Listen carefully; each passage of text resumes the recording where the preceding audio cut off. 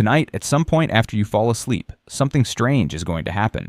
Your body will go completely still. Your muscles will be paralyzed. You won't be able to move a single limb. And inside your head, a world will start playing. People you haven't seen in years. Places that don't exist. Things that make no logical sense whatsoever. And when you wake up, most of it will be gone. You'll remember fragments, a feeling, maybe a face, and then even that fades. You will have just spent roughly 2 hours of your night living inside a hallucination, and you won't think twice about it. But here's the thing. Science has been studying dreams for over a century. We've mapped the brain. We've sequenced the genome. We've landed on the moon. And we still don't fully know why you dream. We don't know what dreams are for. We don't even know if they mean anything at all. And the answer, depending on who you ask, is either incredibly simple or the most disturbing thing you'll hear today. Let's start with what's actually happening in your brain. When you fall asleep, you don't just switch off. Your brain cycles through several stages roughly every 90 minutes. Most of your dreaming happens in the last stage, REM sleep, rapid eye movement. Your eyes flicker back and forth under your eyelids. Your heart rate spikes. Your breathing gets irregular. And the part of your brain responsible for logic and rational thinking, the prefrontal cortex, goes almost completely dark. Meanwhile, the emotional centers of your brain, the amygdala, the hippocampus, they become more active than when you're awake. Your brain is not resting. It's running, just without the part that questions what it's doing. That's why in dreams you can fly, and you accept it completely. That's why a dream can feel more real than reality while you're in it. The logic filter is off. The emotional engine is wide open. But why? What is any of this for? The most popular scientific theory is called the memory consolidation hypothesis. The idea is that dreams are your brain filing away everything that happened during the day, deciding what to keep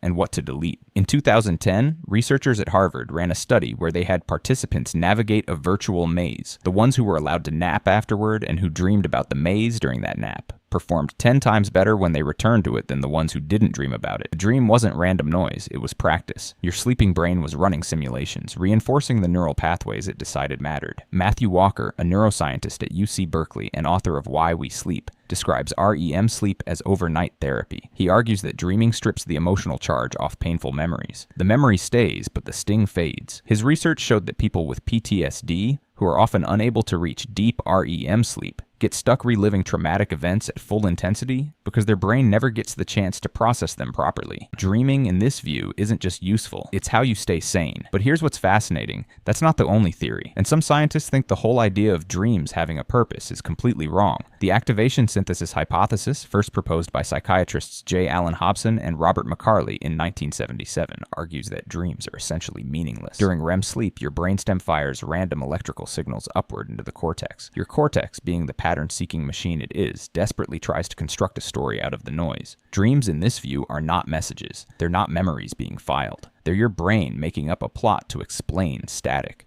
The narrative feels meaningful because your brain is incapable of generating noise without trying to make sense of it. Even asleep, it can't stop storytelling. Which theory is right? Nobody knows. Both have strong evidence. Both have serious gaps. And the deeper you dig, the stranger it gets. Because here's what the theories don't explain. Why are dreams so consistently weird in the same ways? Why do humans across every culture, in every era, dream about being chased, about falling, about showing up somewhere unprepared, about teeth falling out, about flying?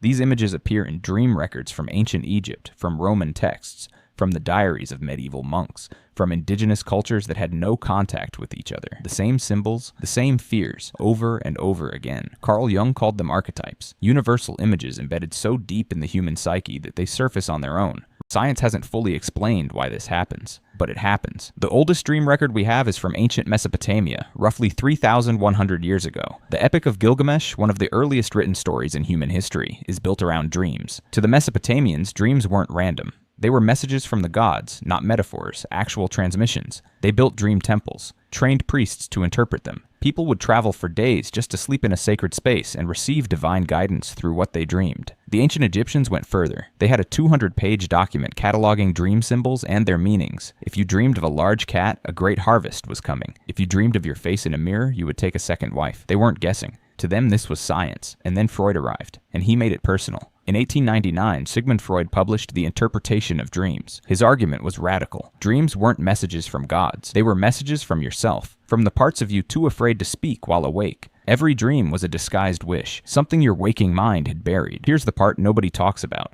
Paul McCartney woke up one morning with the entire melody to Yesterday fully formed in his head. Dmitri Mendeleev claimed the periodic table came to him in a dream. Elias Howe invented the sewing machine needle after dreaming of warriors carrying spears with holes in the tips. Your brain runs 2 operating systems, one while you're awake, controlled, rational, focused on survival, and one while you sleep, loose, emotional, pattern-seeking in the dark. For 300,000 years, every human who ever lived spent 2 hours every single night in that second state. You know what happens when you stop. Take away someone's REM sleep long enough, and the barrier between dreaming and reality starts to dissolve. The brain will dream whether you want it to or not. It will find a way. So tonight, when the lights go off and you close your eyes, your brain isn't going quiet. It's going somewhere. Somewhere your logic can't follow. Somewhere your fears speak freely, and your memories get sorted, and your future gets rehearsed without you knowing it. You've done it every night of your life. You'll do it tonight. And you still don't know why, neither does anyone else.